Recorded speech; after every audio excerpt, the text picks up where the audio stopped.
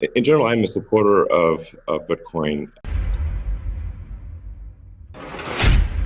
Bitcoin is a candidate for that. It does, I think, some things well, and it's evolving, and there are additional things like Lightning being done on top of Bitcoin. But Bitcoin per se is mostly solving for scarcity, or rather solving for essentially having no throat to choke, decentralized. So there's no one who can be coerced in any way to empty their Bitcoin account. Well, I guess they could technically, but on an individual basis, but the system as a whole cannot. And it has an open ledger, which is also quite good. But transaction volume is low. Transaction cost is high, and usability for the average person is not yet very good. But it has a lot of potential.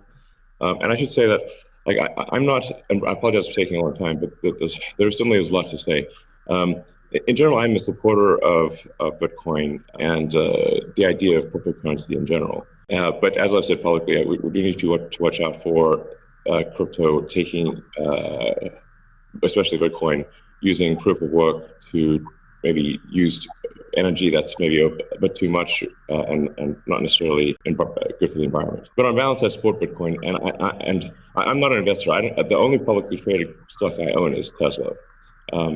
And the only significant thing I own outside of Tesla is my SpaceX stock that could help create both companies. So, but apart from that, I do own Bitcoin, and Tesla owns Bitcoin, SpaceX owns Bitcoin, and then I do personally own a bit of Ethereum and Dogecoin, of course. I've been thinking about money for a long time.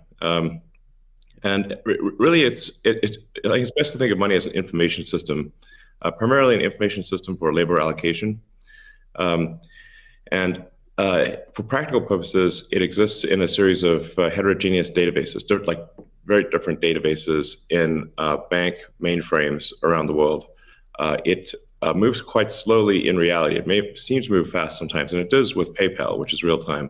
But the vast majority of the systems out there are batch processing. So the actual reconciliation may take 1 to 5 business days, sometimes longer. You have the ACH system, which is ancient and still in operation, which allows transfers effectively like a check would be an ACH transfer, but it's not secure.